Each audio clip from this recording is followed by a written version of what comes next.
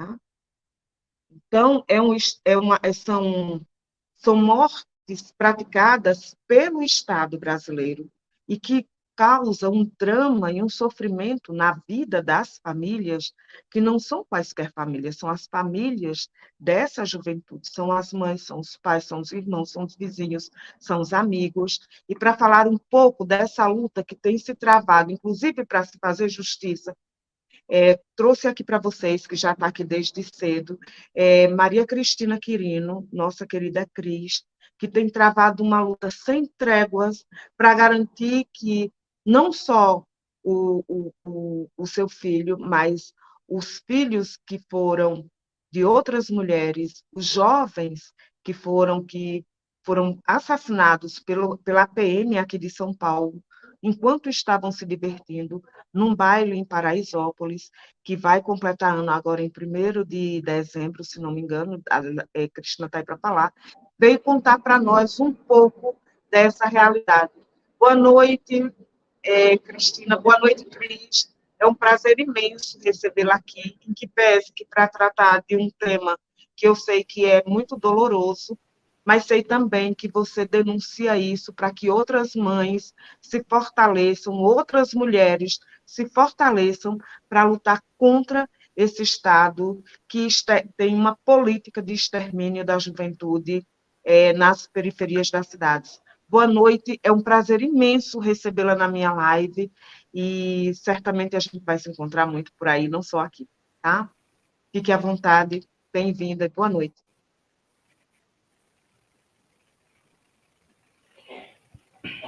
Boa noite a todos. Foi um começo assim meio impactante, né? Porque ver o que está acontecendo em Palestina é muito tocante mesmo. Acho que só se não tiver sensibilidade humana é que não sente. E acho que, como você mesmo já falou, eu sou a mãe do Denis Henrique, uma das vítimas do massacre que a Polícia Militar do Estado de São Paulo cometeu. Amanhã vai fazer 4 anos, dia 1º de dezembro. E desde então a gente está nessa incansável, acho que essa foi a frase que mais me identificou nesses últimos dias, é uma incansável luta por justiça, para poder punir os assassinos dos nossos filhos. Eu estou vendo você falar de dados aqui, eu tenho uma informação, eu vou tentar buscar ela aqui para poder trazer esse dado também, que eu acho que é um dado muito importante também de falar, de denunciar, que em 2019 a Polícia Militar do Estado de São Paulo teve um índice de mortes de criança muito alto. Inclusive, o meu filho, que tinha 16 anos, que ainda era considerado uma criança pelo ECA, né, pelo Estatuto da Criança e do Adolescente, criança entre aspas, né, porque adolescente para mim não é criança, para eles não é criança, para alguns não é criança, mas para mim ele era. Meu filho era para estar incluso nessa porcentagem, né, mas infelizmente essa estatística ela é burlada muitas vezes, mas enfim, eu agradeço pela oportunidade de estar aqui, de poder falar, de denunciar. Agradeço essa porta que foi aberta para a gente poder trazer um pouco da nossa realidade, da nossa luta, incansável luta por justiça. Obrigado mesmo pela oportunidade. Minha solidariedade ao Imagine, povo eu é que agradeço. e também Com às certeza. mães, também as mães que têm os seus filhos forjados, porque de uma maneira ou de outra a gente está sendo violentada pelo Estado, essa é a palavra, porque nós, as mães, somos as que mais sofremos com tudo que acontece com os nossos filhos. Eu fui pega de surpresa numa situação na qual eu não consigo ainda não consegui me encontrar, porque eu era como você mesmo começou falando, né? É uma reflexão que a gente faz. Eu era uma simples trabalhadora, dona de casa, que cuidava dos filhos. Dormi e acordei sendo essa mulher que tem que lutar contra o Estado, porque o Estado matou meu filho. E aí, cara, isso é muito, muito, muito difícil. Encarar isso é surreal. Eu não desejo isso para ninguém, nem para a pior pessoa. Se existir uma pior pessoa no mundo, eu não desejo, porque não é uma coisa boa, isso não é bom. Eu sei. E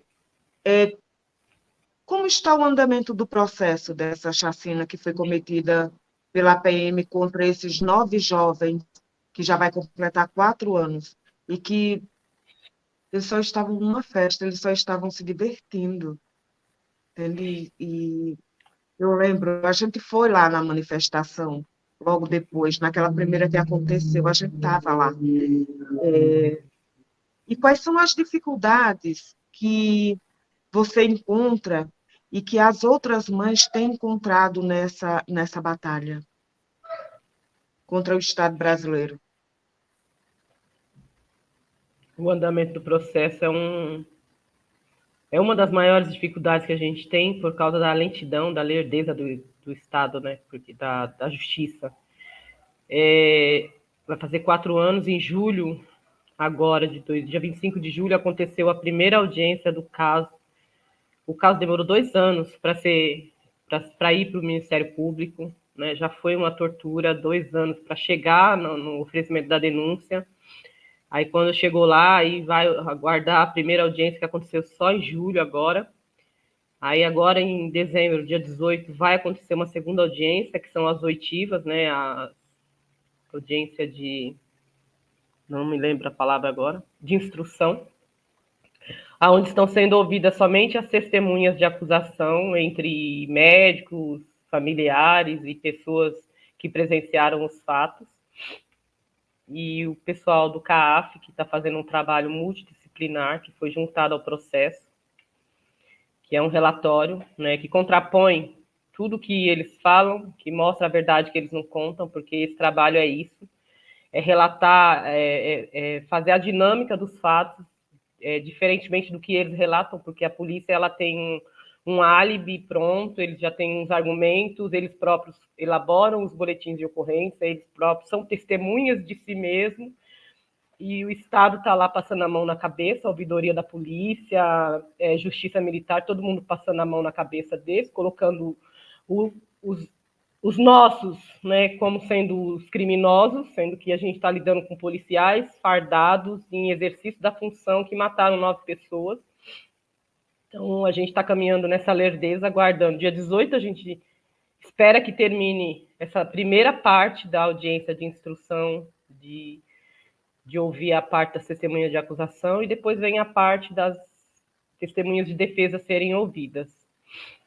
Essa é uma das partes mais difíceis que nós, os familiares, encontramos de luta aí para encarar isso por conta da lerdeza das situações. Eles justificam várias coisas, porque, por incrível que pareça, eram 9 vítimas, ou seja, já é um número alto.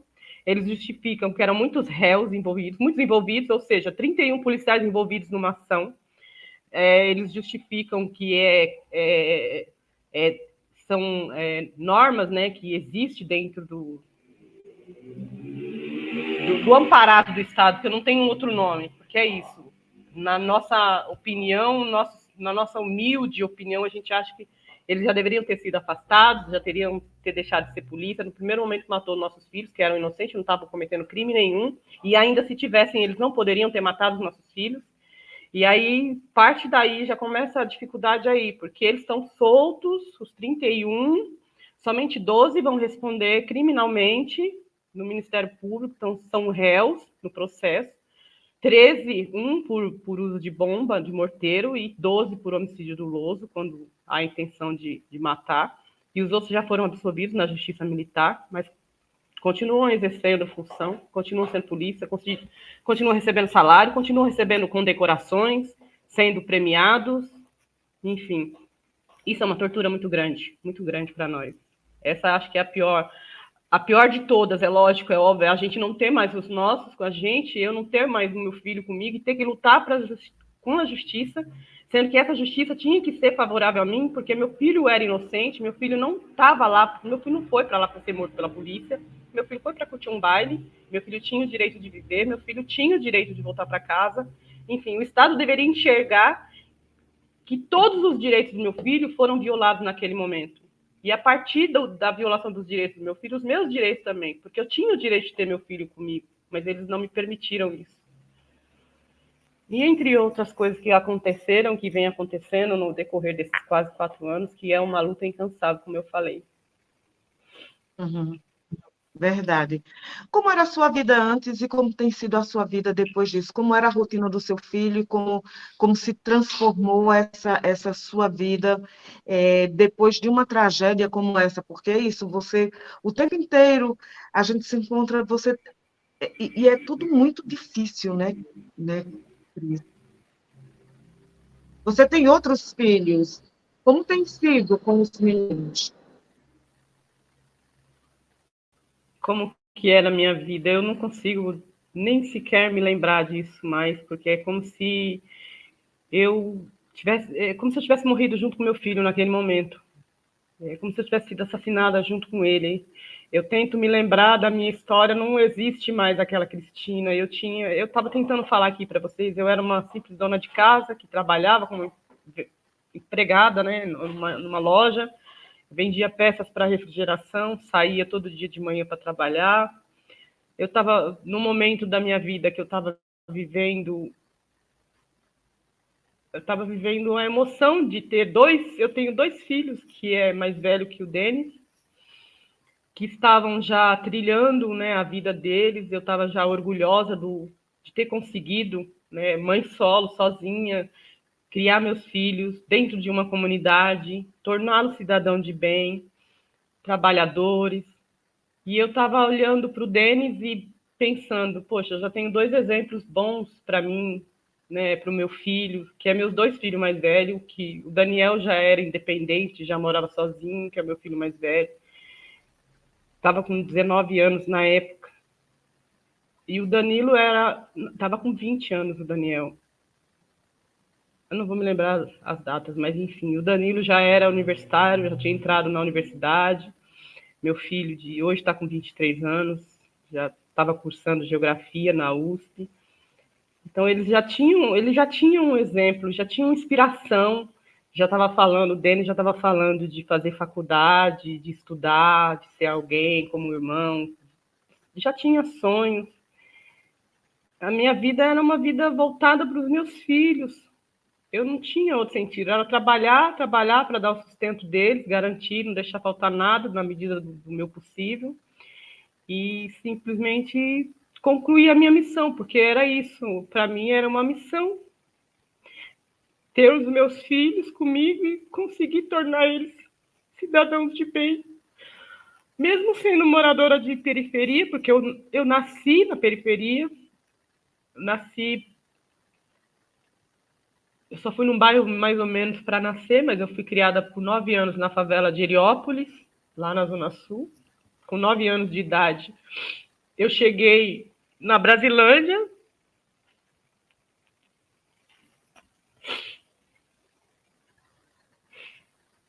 E construí a minha história na Brasilândia. Eu brincava muito com os meus filhos, de falar aqui eu finquei a minha bandeira na Brasilândia, porque eu construí a minha história, a minha família na Brasilândia. Eu tenho 4 filhos, tenho a Sabrina, que é a minha caçula hoje. Estava com 8 anos na época. Todos eles nasceram na Brasilândia. Eu me casei há 26 anos atrás, né? Meu primeiro casamento foi na Brasilândia, então eu tinha minha história ali. Eu me separei, óbvio, né? Tive outros maridos, enfim. Mas isso também não vem ao caso, porque é só uma simples história de uma mulher que tentava viver uma vida e criar os filhos. E eu tinha a minha história. A minha história era a minha inspiração, meus filhos, minha vida. Era andar de cabeça erguida na minha comunidade, como eu andava, e ando até hoje, eu volto lá, que eu não moro mais lá. E ter respeito por todo mundo, e todo mundo me respeitar, porque isso existe dentro das comunidades. Todo mundo me conhece. Enfim, conhecia meus filhos. Meus filhos podiam estar onde tivesse ali na Brasilândia, eles faziam questão de me falar: olha, seu filho passou aqui, olha, seu filho veio aqui. Então, a comunidade tem muito isso, né, da gente se cuidar, porque é sobre isso. que as pessoas falam mal da comunidade porque acontece coisas que não tem nada a ver, porque a gente é morador de comunidade, a gente sabe que tem de tudo, mas é como minha mãe É sempre onde falou, existe maior solidariedade, a minha mãe porque falava, a minha mãe fala, né, solidariedade até é o hoje. que nos mantém vivos nas comunidades. Sim, minha mãe fala hoje, até hoje minha mãe fala, você que faz o lugar onde você mora. E a gente que fazia nosso lugar ali, nosso respeito, respeitar o próximo, isso sempre foi dado de exemplo da minha mãe. Desculpa. Quer beber uma água? Quer parar para beber Às uma vezes, aguinha? às vezes eu tento fazer um resgate, assim, vocês conseguem fazer esse resgate que eu não consigo mais, sabe? Mas vocês conseguem me trazer para me lembrar que ainda tenho história. Tem história, sim. Tanto tem do passado como tem do presente, e vai garantir que a gente vai mudar esse futuro. E eu queria saber quais são as dificuldades que você encontra depois, diante dessa realidade, e o que nós, como partido, como organização, como ativista, podemos fazer para ajudá-la, ajudar nessas comunidades, ajudar essas mães, para a gente se organizar e lutar contra essa realidade, contra isso que é tão cruel. Como nós podemos ajudá-los? Há alguma coisa que a gente possa, né, contribuir para. A gente tem feito, né? Mas como, assim, o que você espera de uma organização, de um partido como o nosso, quando a gente senta, que a gente discute, que a gente vai na rua, que a gente manifesta, o que você espera? O que você busca?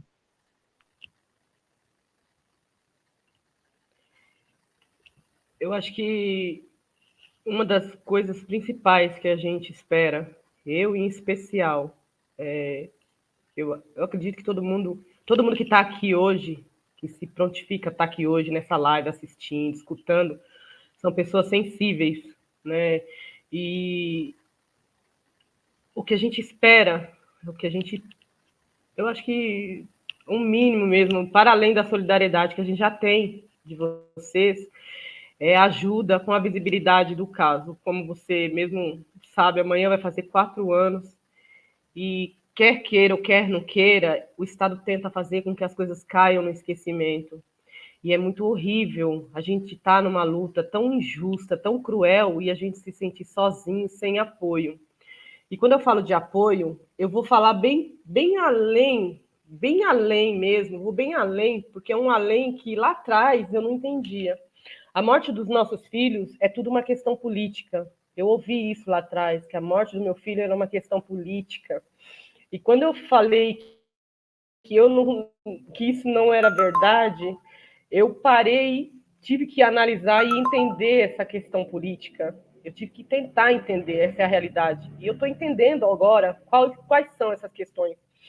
E o que, que a gente espera desses partidos de esquerda e até mesmo os de direita, que alguns vai ter ser humano também, eu acredito, que além da sensibilidade, né, de não nos julgar, não nos criminalizar também, criminalizar os nossos filhos, é que tenham a sensibilidade de nos ajudar com apoio, dando visibilidade para o nosso caso, compartilhando tudo que a gente tem, porque o que a gente tem não é nada mentira, muito contrário, muito pelo contrário. O que a gente tem é concreto, é prova verdadeira, são fatos, são relatos, são imagens, testemunhas, são pesquisas feitas dentro de um centro de universidade, feitas por pessoas capacitadas mesmo para provar que a polícia mente, para provar o quanto mentirosos eles são. Quando eles falaram na mídia, na época, 9 jovens foram pisoteados dentro da comunidade, a maioria da mídia saiu atropelando todo mundo, passando por cima de todo mundo, de tudo e de todos, falando que eles foram pisoteados. Aí, um ano depois, a gente conseguiu provar, foi um ano de trabalho, a gente conseguiu provar que nossos filhos não foram pisoteados, como eles alegaram, e a gente tenta desconstruir isso, mas só que a gente tem prova cabal, entendeu? Que é o exame médico legal, o exame necroscópico. A gente tem as pesquisas, a gente tem todo um trabalho feito que está disponível no YouTube para quem quiser ver. Entra no site do CAAF, Unifesp, a página está lá também, os 9 que perdemos. Entre em contato com os familiares, com pessoas que vai passar as informações precisas, e o que a gente pede é o quê? Nos ajude, dando visibilidade para o nosso caso. Amanhã vai ter um ato, a gente vai fazer um protesto na Avenida Paulista. Eu convido a todos que são de São Paulo, que tiver essa disponibilidade, para estar lá. Eu não vou dizer para vocês assim, vai lá levantar a nossa bandeira, porque a nossa bandeira é pesada. Não precisa levantar a nossa bandeira, mas esteja lá com a gente. A gente não está lá para poder falar nenhuma mentira, a gente só quer justiça, a gente não quer vingança, a gente quer punição para os assassinos dos nossos filhos.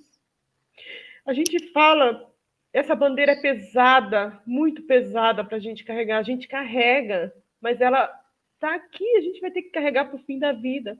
E não é todo mundo que tem a coragem de dar apoio, não é todo mundo que quer, a não ser quem acredita mesmo que os direitos humanos eles existem sim, que as crianças têm direito de viver, sim, que a juventude tem direito de se divertir dentro de uma comunidade, sim, e que a polícia não pode entrar lá para matar os filhos de ninguém. Não é todo mundo que acredita nisso, mas quem acredita, nos apoie, nos ajude. Eu acho que, para além disso, do que espero dos políticos?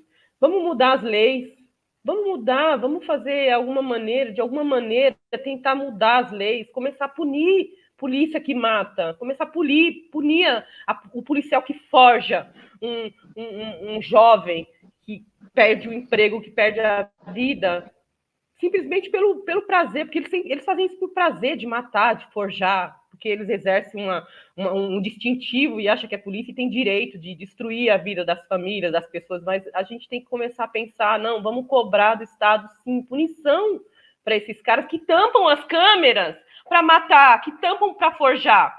Se não tiver punição, não tiver o controle dessa polícia, essa saga ela vai continuar acontecendo, como já acontecia antes do meu filho. Se a pessoa chega no patamar que chegou, o Estado matando, a deliberação do Estado, dos governantes, e não faz nada, vai continuar. Quem vai ser o próximo? O filho de quem?